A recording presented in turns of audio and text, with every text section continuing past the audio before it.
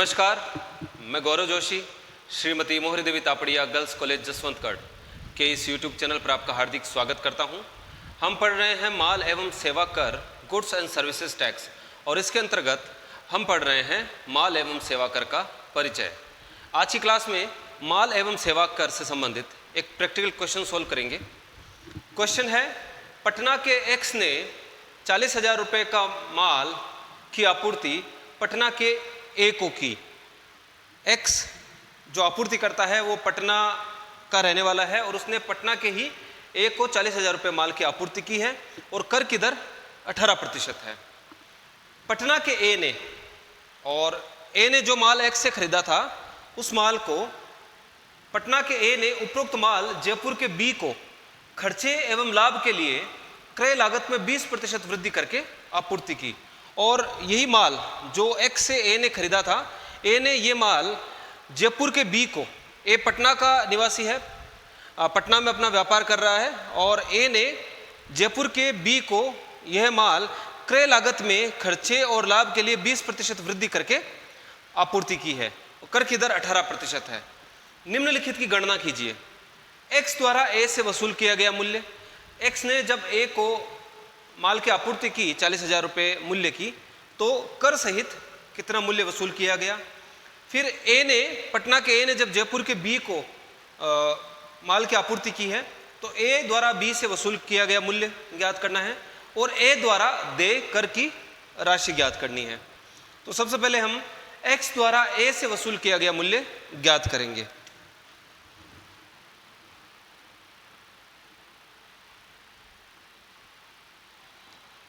Calculation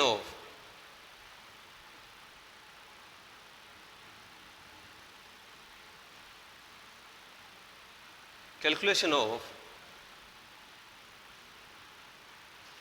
total price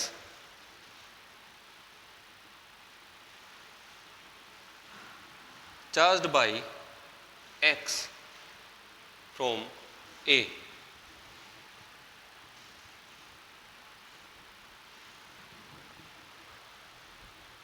तो माल का मूल्य है 40,000 रुपये। Value of supply of goods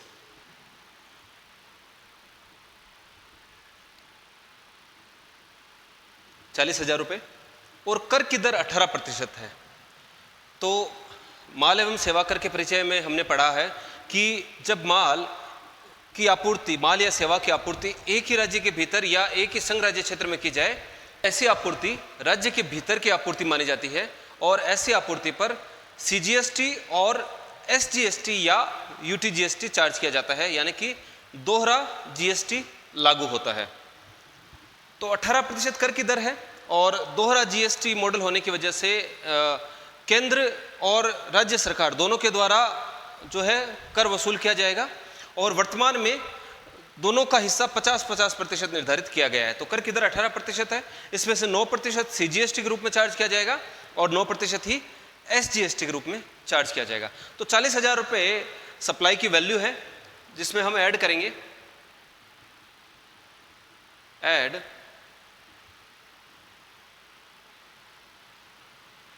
CGST @ 9%। 40,000 का 9% है 3,600 रुपये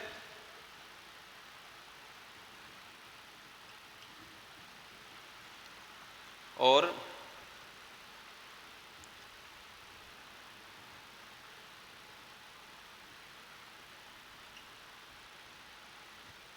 SGST लगाया जाएगा 9%।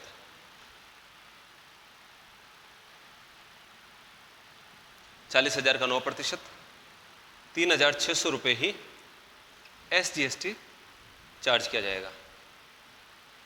7,200 रुपये GST के वसूल किए जाएंगे, जिसमें से 3,600 रुपये CGST केंद्र सरकार के खाते में जमा करवाए जाएंगे और 3,600 रुपये ही राज्य सरकार के खाते में जमा करवाए जाएंगे। 40,000 में 7,200 ऐड करेंगे तो 47,200 रुपये। तो x द्वारा a से वसूल किया गया मूल्य, x द्वारा 40,000 रुपये मूल्य की आपूर्ति पर 7200 रुपये कर के वसूल किए जाएंगे। तो कुल मिलाकर 47,200 रुपये एक्स द्वारा ए से वसूल किया जाएगा। तो एक्स द्वारा 3,600 रुपये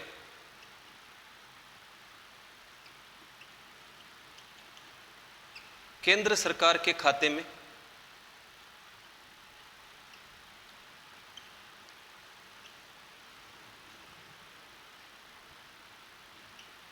सीजीएसटी के रूप में तथा 3,600 रुपये बिहार सरकार, पटना बिहार में है तो बिहार राज्य की सरकार को बिहार सरकार के खाते में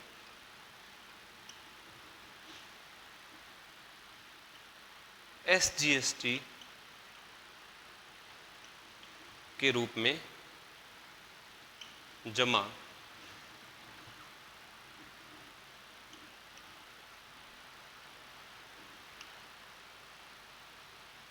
करवाए जाएंगे।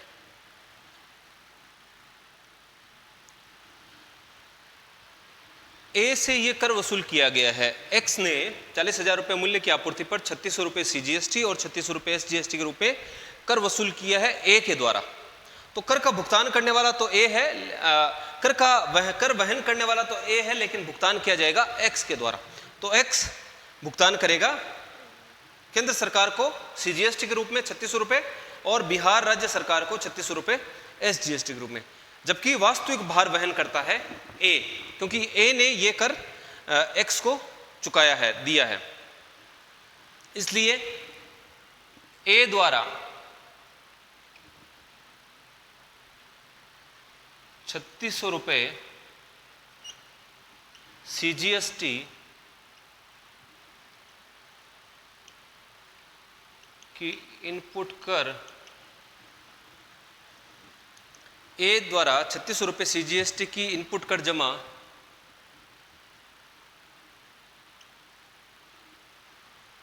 प्राप्त की जाएगी तथा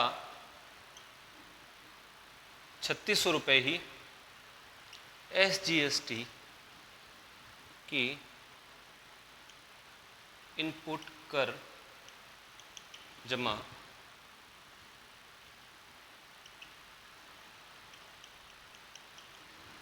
प्राप्त की जाएगी।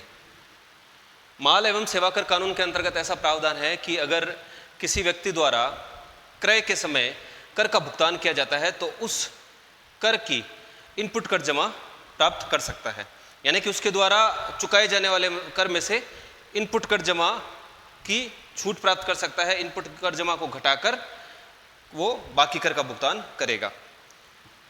तो एक्स ने ए से कर वसूल किया और ए के बिहाफ पर अप्रत्यक्ष रूप से एक्स ने सरकार को कर जमा करवाया 3,600 रुपये सीजीएसटी के रूप में और 3,600 रुपये एसजीएसटी के रूप में, लेकिन वास्तविक भार वहन करता है ए। इसलिए ए इस कर की 3,600 रुपये सीजीएसटी के रूप में इनपुट कर जमा प्राप्त करेगा और 3,600 रुपये ही एसजीएसटी के रूप में इनपुट कर जमा प्राप्त करेगा। यानी कि अब अगर ए इस माल को आगे बेचता है तो ए द्वारा जो कर वसूल किया जाएगा उस कर का भुगतान करते समय ए द्वारा इस इनपुट कर जमा की छूट ले ली जाएगी। इस इनपुट कर जमा को काटकर शेष राशि का भुगतान ए के द्वारा किया जाएगा।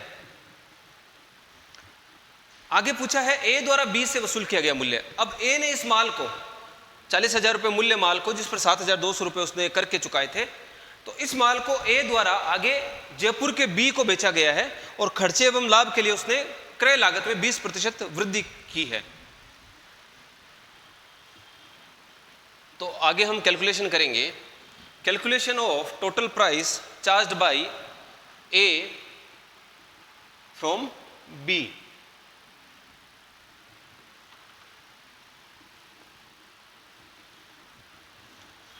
Value of supply of goods, क्रय लागत में उसने खर्चे एवं लाभ के लिए 20% वृद्धि करके आपूर्ति की है।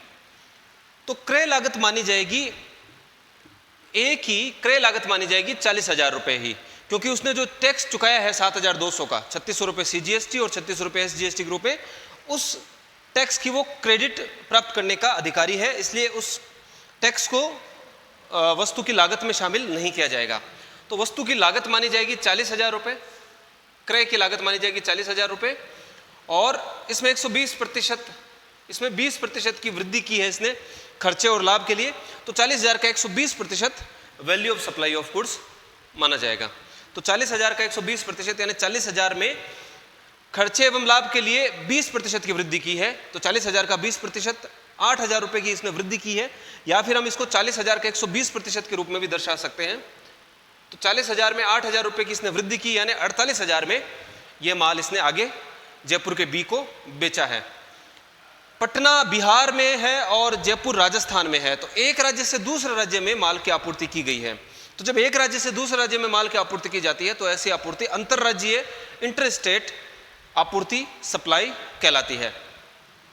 और अंतरराज्यीय आपूर्ति पर एकीकृत माल एवं सेवा कर IGST लागू होता है। कर की दर 18% दी हुई है, तो ए द्वारा बी से IGST वसूल किया जाएगा इस सप्लाई पर, और IGST केंद्र सरकार द्वारा वसूल किया जाता है। 48,000 का 18% 8,640 रुपये, 48,000 में 8,640 ऐड करेंगे तो 56,640 रुपये। तो ए द्वारा बी से 56,640 रुपये वसूल किए गए, 48,000 रुपये माल का मूल्य और 8,640 रुपये IGST के रूप में। आगे पूछा है ए द्वारा देय कर की राशि। तो ए ने जो बी से कर वसूल किया है IGST के रूप में 8,640 रुपये का, ये इस कर का भुगतान केंद्र सरकार को करना है। लेकिन ए ने ये जब माल खरीदा था, इस माल को खरीदते समय उसने 3,600 रुपये CGST के और 3,600 रुपये SGST के चुकाए थे, जिसकी वो इनपुट कर जमा प्राप्त करेगा। तो वसूल किए गए कर का भुगतान करते समय जो व्यापारी है, जो पंजीकृत व्यक्ति है, उसके द्वारा वसूल किए गए इस कर का सरकार को भुगतान करते समय उसने जो क्रय करते समय कर चुकाया था उसकी वो छूट प्राप्त कर सकता है। तो इसने ए ने बी से 8,640 रुपये कर वसूल किया है और इस कर का भुगतान केंद्र सरकार को किया जाएगा। तो इस कर का भुगतान केंद्र सरकार को करते समय इसने क्रय करते समय या इसने आवक आपूर्ति पर, तो इसकी आवक आपूर्ति थी यानी इसने क्रय किया था 40,000 रुपये का ए ने एक्स से, तो क्रय करते समय जो कर चुकाया है, इसने 40,000 का माल क्रय करते समय 3,600 रुपये CGST और 3,600 रुपये SGST के चुकाए थे। तो वसूल किए गए कर का केंद्र सरकार को या राज्य सरकार को भुगतान करते समय क्रय किए गए माल पर चुकाए गए कर की छूट प्राप्त की जा सकती है। तो क्रय किए गए माल पर चुकाया गया कर है 3,600 रुपये CGST और 3,600 रुपये SGST के, इसकी ये छूट प्राप्त कर सकता है इनपुट कर जमा के रूप में। तो ए द्वारा देय कर की राशि हमको ज्ञात करनी है।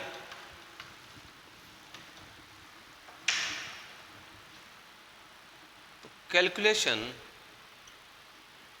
ऑफ IGST पेबल बाय ए।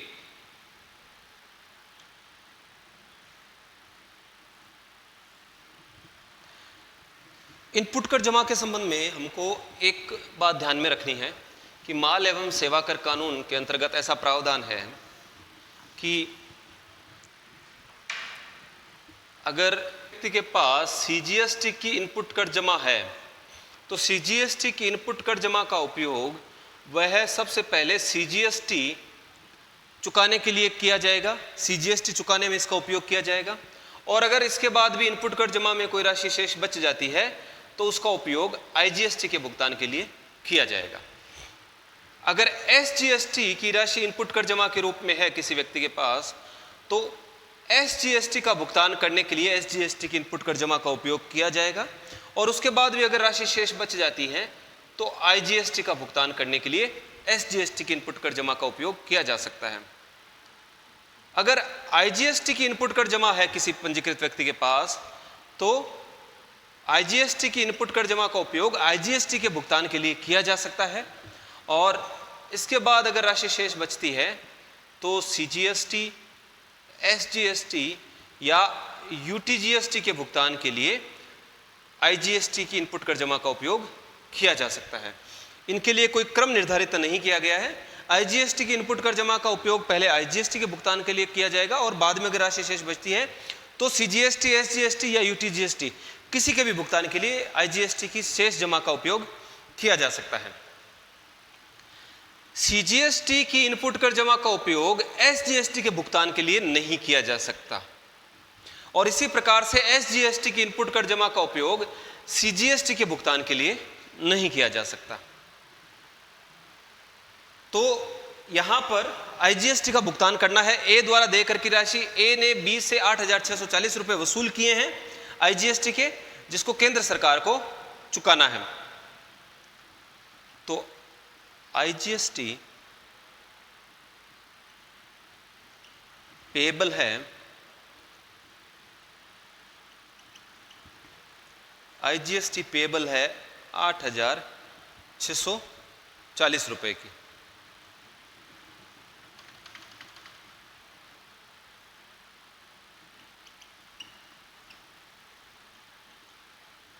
₹8,640 की आईजीएसटी पेएबल है, और ए के पास, ए ने 40,000 रुपए का माल क्रय करते समय 3,600 रुपए की सीजीएसटी और 3,600 रुपए की एसजीएसटी का भुगतान किया था, और इस प्रकार से सीजीएसटी और एसजीएसटी की इनपुट कर जमा इसको उपलब्ध है। तो जैसा कि हम बात कर चुके हैं, अगर किसी व्यक्ति के पास सीजीएसटी की क्रेडिट उपलब्ध है, सीजीएसटी की इनपुट कर जमा उपलब्ध है, तो उसका उपयोग वह सीजीएसटी के लिए भुगतान के लिए कर सकता है, और अगर राशि शेष बचती है तो आईजीएसटी के भुगतान के लिए इसका उपयोग कर सकता है। तो यहां पर ए को सीजीएसटी का भुगतान नहीं करना है, ए को आईजीएसटी का भुगतान करना है, और आईजीएसटी का भुगतान सीजीएसटी की इनपुट कर जमा के द्वारा किया जा सकता है। तो 8,640 का भुगतान करना है, और इसके पास सीजीएसटी की इनपुट टैक्स क्रेडिट है 3,600 रुपए की, तो इसका उपयोग वो करेगा आईजीएसटी के भुगतान के लिए। ए के पास एसजीएसटी की इनपुट टैक्स क्रेडिट भी उपलब्ध है, और इसका एसजीएसटी की इनपुट टैक्स क्रेडिट का उपयोग किया जा सकता है एसजीएसटी के भुगतान के लिए, और अगर शेष राशि बचती है तो आईजीएसटी के भुगतान के लिए। तो एसजीएसटी का उपयोग किया जा सकता है, एसजीएसटी की इनपुट टैक्स क्रेडिट का उपयोग किया जा सकता है आईजीएसटी के भुगतान के लिए। तो एसजीएसटी इनपुट टैक्स क्रेडिट 3,600 रुपए उपलब्ध है ए के पास। तो कुल मिलाकर 7,200 रुपए की इनपुट टैक्स क्रेडिट उपलब्ध है ए के पास। ए को 8,640 आईजीएसटी का भुगतान करना था, और ए के पास 7,200 रुपए की इनपुट टैक्स क्रेडिट उपलब्ध है। तो 8,640 की आईजीएसटी, 8,640 रुपए के आईजीएसटी का भुगतान पहले क्रेडिट से किया जाएगा। तो ए के द्वारा 8,640 रुपए की आईजीएसटी का भुगतान करना है, और इसका भुगतान करने के लिए पहले इनपुट टैक्स क्रेडिट का उपयोग किया जाएगा। तो 7,200 रुपए तो 8,640 में से इनपुट टैक्स क्रेडिट के रूप में भुगतान कर दिए जाएंगे, और जो शेष राशि बचती है उसका फिर नगद में केंद्र सरकार को भुगतान कर दिया जाएगा, उसके खाते में जमा करवा दिए जाएंगे। बाकी बचे 1,440 रुपए। तो 8,640 की आईजीएसटी के भुगतान में 7,200 रुपए तो क्रेडिट का उपयोग कर लिया गया, और जो शेष राशि बचती है 1,440, वो राशि आईजीएसटी के रूप में केंद्र सरकार के खाते में जमा करवा दी जाएगी। शुद्ध एकीकृत माल एवं सेवा कर की देय राशि होगी 1,440 रुपए। तो ए द्वारा देय कर की राशि होगी 1,440 रुपए। तो आज की क्लास में इतना ही। मैं आशा करता हूं कि आज की क्लास में हमने जो क्वेश्चन सॉल्व किया है वो आपको अच्छे से समझ में आया होगा।